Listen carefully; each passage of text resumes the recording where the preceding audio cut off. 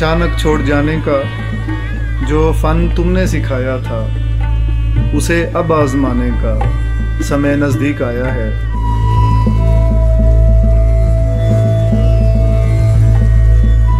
मेरे चारों तरफ मुझसे मोहब्बत करने वालों का हजूमे बेरिया बढ़ता ही जाता है।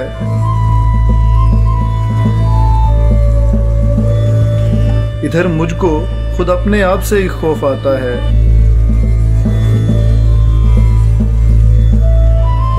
अचानक छोड़ जाने का जो फ़न तुमने सिखाया था, उसे अब आज़माऊंगा।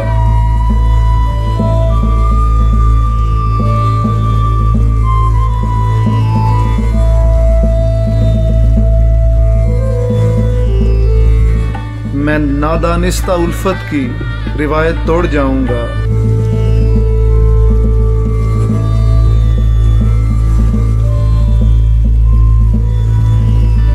भरी दुनिया के मेले को अचानक छोड़ जाऊंगा।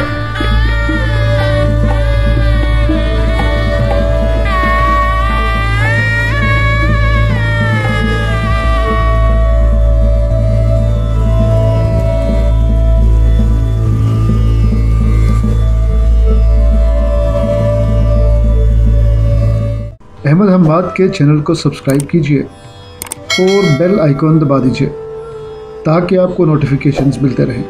शुक्रिया।